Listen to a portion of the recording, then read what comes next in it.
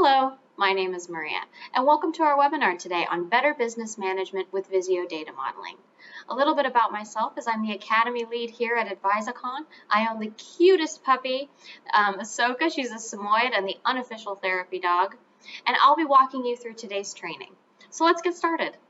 Today we get to talk about what is data modeling. How does it benefit you?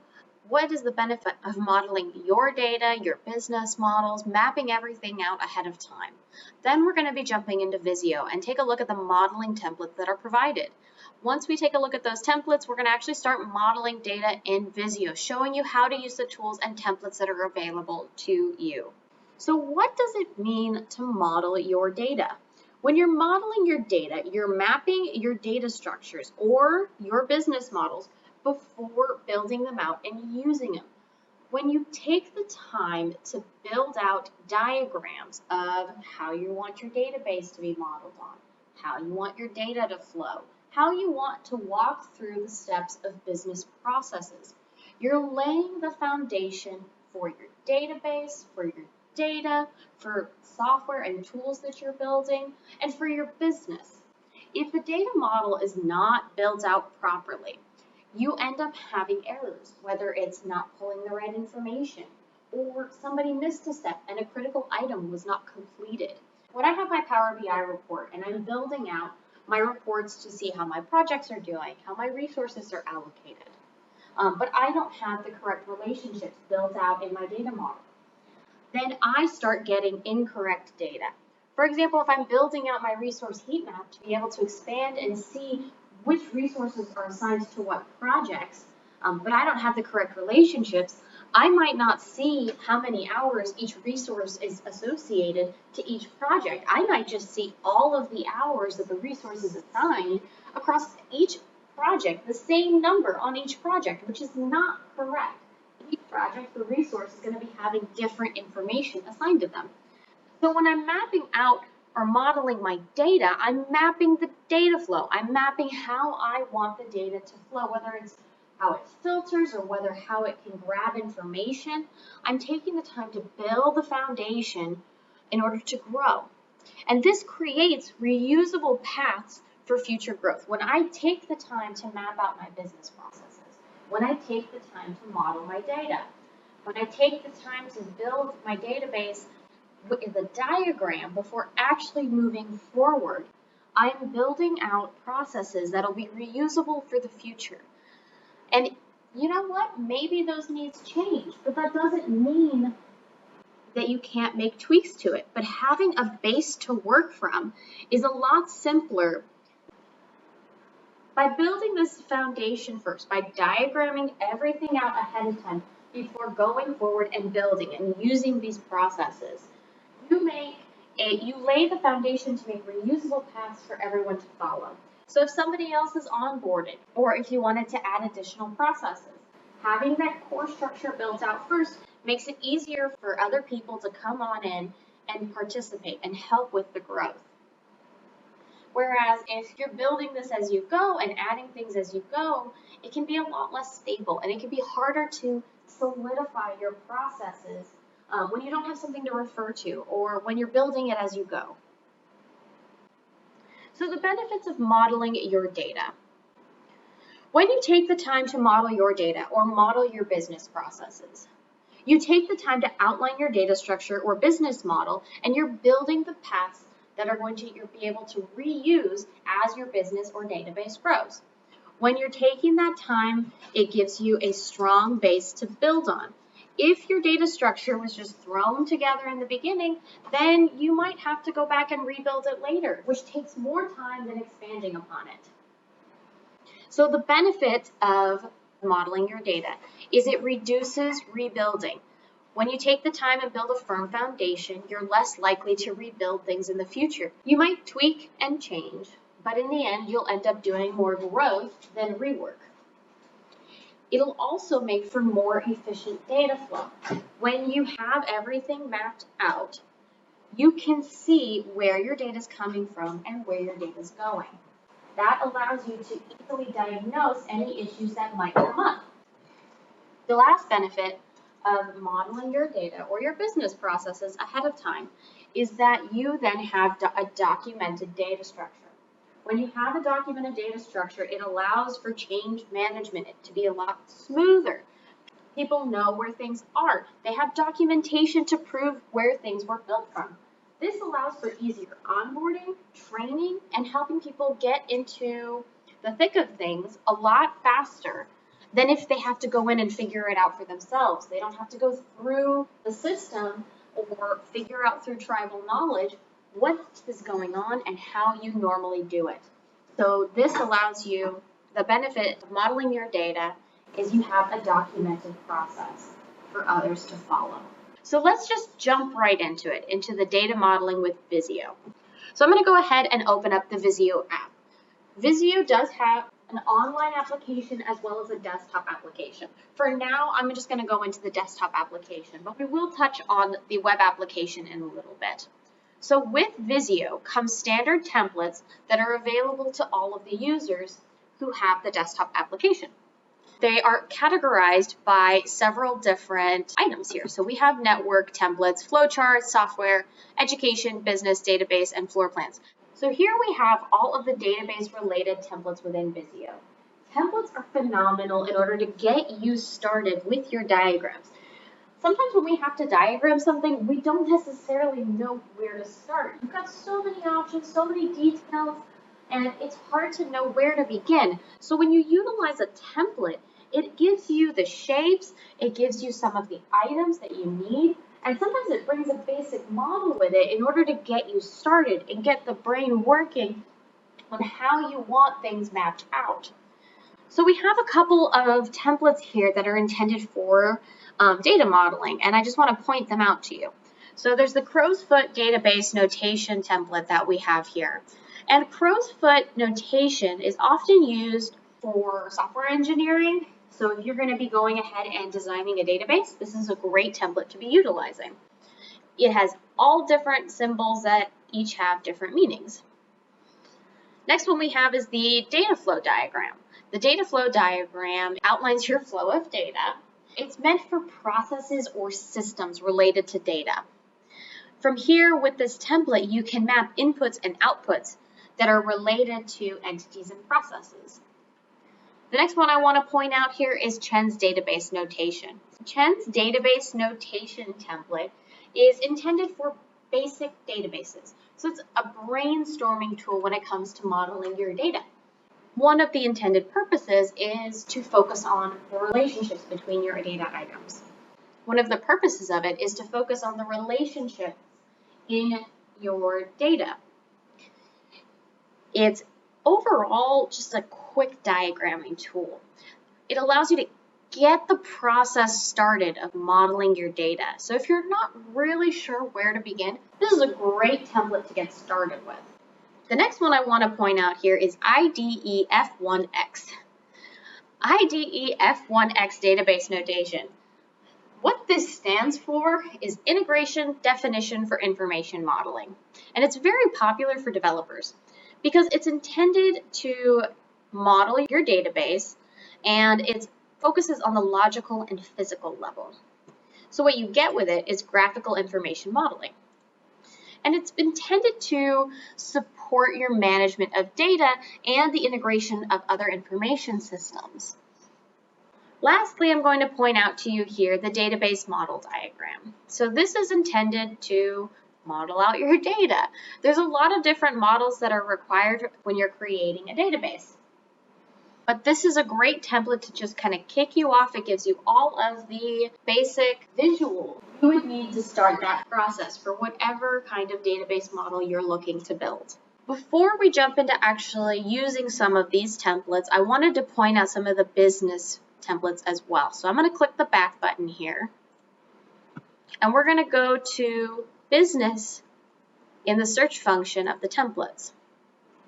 So there are a lot of different business templates available within Visio. You have an org chart, you have the ability to do a brainstorming diagram, an audit diagram, and a Six Sigma diagram. Those are the ones I wanted to point out to you. So when you're started in mapping out your business processes, It's good to take a look at these diagrams to see if any of them might be of use to you. For example, the workflow diagram, the 3D model here, allows you to map out the flow of your work. So let's just jump right into one of these templates. So I'm going to go ahead and go back to the database section and open up the crow's foot database notation diagram. So here I have the option to either choose the metric units or I can use US units, and I'm going to go ahead and click Create. With the crow's foot notation database notation template here, we get several different visuals in order to start mapping out our data. We have an entity item, entity with attributes, an attribute, and the primary key attribute, primary key separator, and relationships. So if I wanted to just get started, all I need to do is start dragging and dropping either an entity or entity with attributes.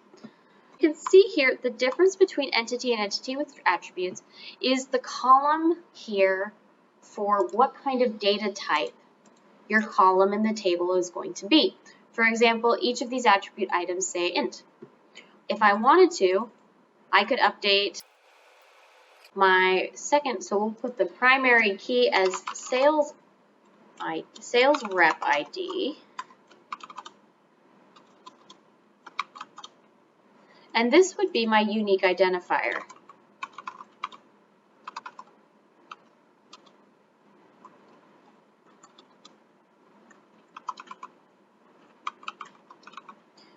So we're going to make this the sales table. Because this looks so crammed here, we're going to actually give this column a little more space. So I'm going to take this dot at the bottom and I'm going to expand it. So unlike other visuals, these entities don't expand like standard squares or rectangles that you would see in Visio. So you have to do a little finagling. This circle here determines the width of the second columns for the attributes, and the second circle determines the space for the primary key. The primary key in these entities is always on the top between the separator and the other attributes. So items here could be sales, so first name,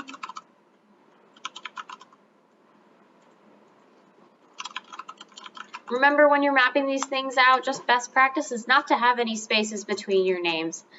So here you'd be able to write out all of the columns you want in the table and what kind of data type that they're going to be. For example, first name could be an varchar.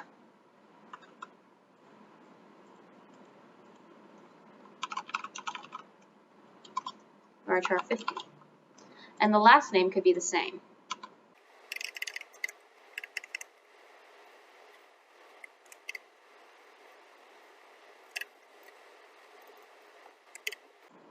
Now, it's always important, name your table, name your entity. This is going to be the sales representatives, or sales reps.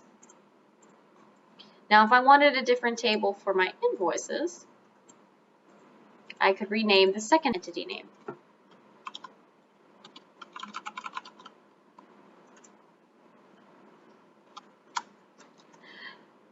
If I ever dragged on an entity that did not have any attributes, an attributes column, I can actually go ahead and add one. So I'm going to select the box, right-click, and show attribute types.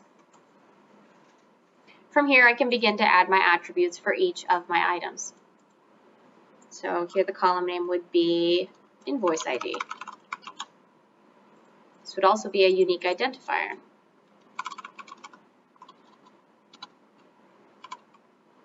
Or it could be an int, however you want to write that out.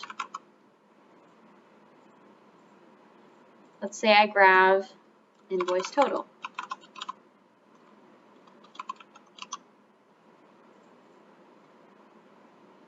And then I grab sales rep who sold, and then lastly, I'll add the sales rep who sold the items in the invoice. So the sales rep ID is a foreign key. When I connect these two tables together, this will be a foreign key in my invoice table. So when I want to add a relationship, I'm going to grab this and I'm going to glue it to my primary key, and then I'm going to glue that to the sales rep ID in my invoices table. And now I want to make sure this is clearly identified as a foreign key. So what I'm going to do is right-click the attribute and go to the top of my options here, and I'm going to set this as foreign key. If I ever had a table that didn't necessarily have the primary key, or an entity that didn't have the section for the primary key, I managed to delete this on accident, I can add that back. To add back the primary key attribute, I can drag this over, so primary key attribute, and I can insert it here on the table. Right now it's not at the top. I can drag and rearrange however I need to. Now, the line separator isn't there anymore. I can also add that back. That's what we have the primary key separator here for. I can add that right here. If I wanted to organize it where my primary key and my foreign key were at the top, I could do that as well in order to keep it organized. So I can drag and drop and reorganize my attributes however I need them. If you wanted more shapes available to you, even than the template is currently offering, you can add more shapes, and you can access the shapes from the other templates. So if I click more shapes here in the shapes section, I can look at all of the different groups or categories for the icons. So I'm going to go to software database. I'm going to look at database, and I can see that I have all of those other template items available to me. So I have the Chen's database notation, and we can see what items would be available in the Chen's database notation template. I could also grab the IDE F1X database notation. These are the items for that template. And go and grab an entity relationship. And we can see this is a little older style of what we're working with, but it has a couple of different options. We have view, we have a parent to category. It's a little older item. It's a little older shapes, but they still can be useful.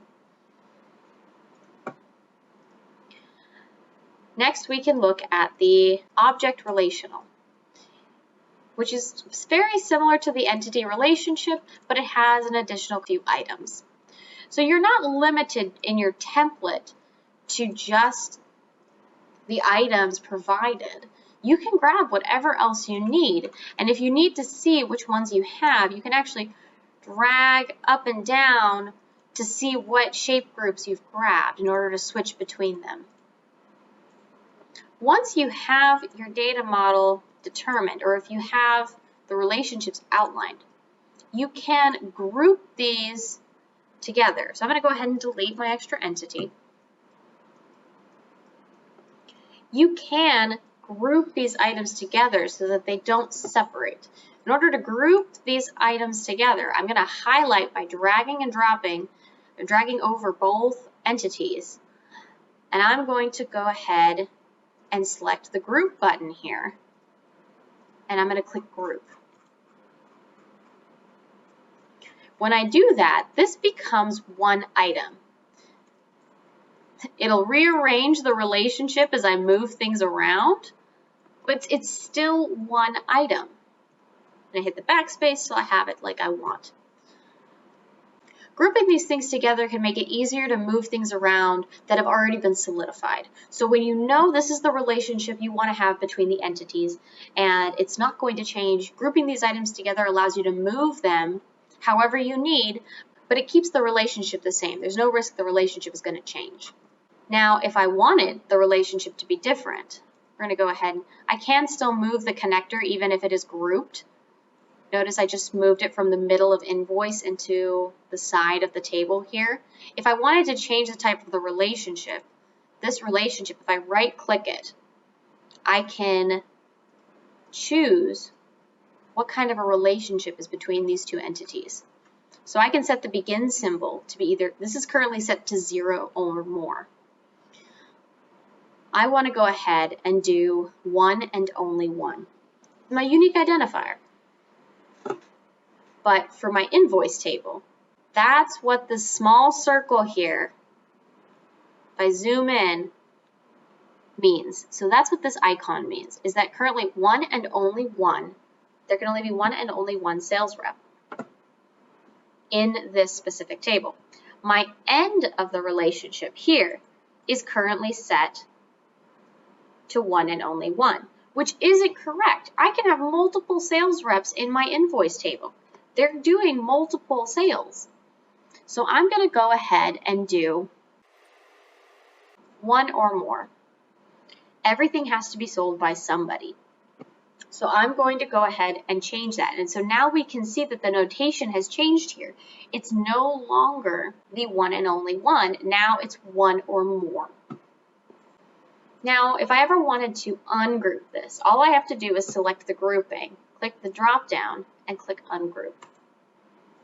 As you're building out your data model, you can add more information to each entity.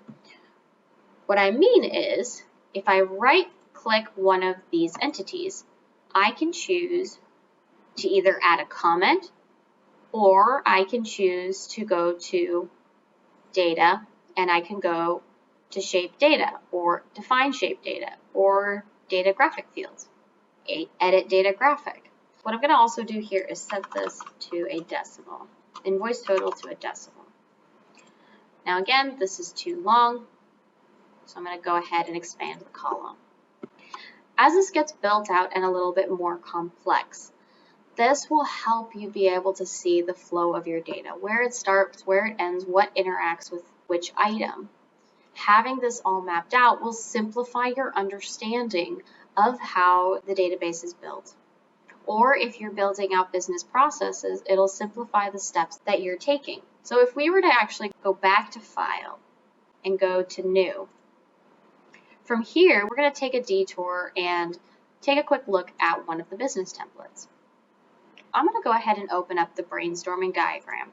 In the brainstorming diagram, you can map out a process, how it branches out. I click the template here, click Create.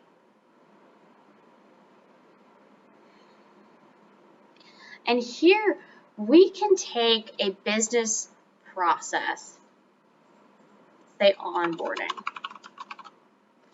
and we can look at how this branches out, and we can start brainstorming how these different topics connect. So onboarding is going to be related to, there's going to be on-site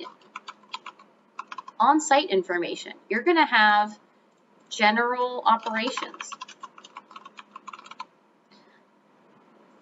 There's going to be technical expectations.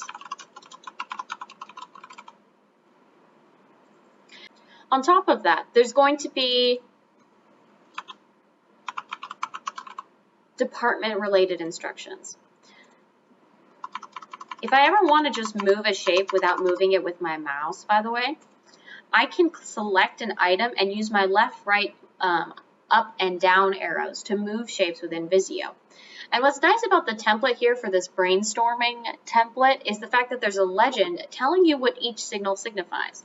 You can keep this legend up when you're building your brainstorming session in order to see what each visual means. And this kind of helps the brainstorming session move along without somebody asking, what does that mean again?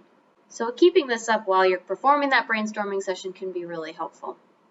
When you have this brainstorming template and you're mapping out what processes need to be mapped, this is just high level, but the template here lets you get into what do we need to cover, what items are we missing, and you have this available to you here, and by mapping it out, it identifies holes that may not have been easily identified if you were just going off your thinking.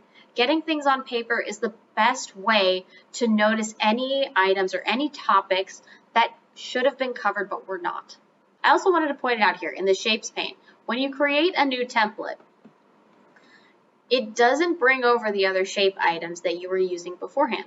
You'll have to grab new shape items for each template or each new page that you're creating. So that's one of the business modeling templates. Before we finish today, one thing I did want to bring up is doing this through Visio Online. So I'm going to go ahead and open up the Visio Online application. The Visio Online program, you can also utilize these templates. These templates are available to you. So if you do not have the desktop application, you can still access these templates from online. So if I was to scroll down here from the home page in Visio Online, we can see different diagrams, different templates available for you to use. You have basic diagrams, basic flowcharts, cross-functional flowcharts, block diagrams, basic network diagrams, and if we scroll down a little further, we even have some AWS and Azure diagrams too. So those are always interesting to look into. But now we have a crow's foot database notation. And not only that, we have templates here, one that's specifically for HR management systems, one for inventory management, one for patient database, crow's foot diagram. They have all of these different templates here. So you can choose from here to just create a basic one. Or if any of these other templates meet your needs, you can begin utilizing them as well. So if I was to open up the software bug tracking diagram, this is already partially built out for me. And I can use it like I was using my desktop application. So I can click the attribute, I can click right click, I can show attribute types.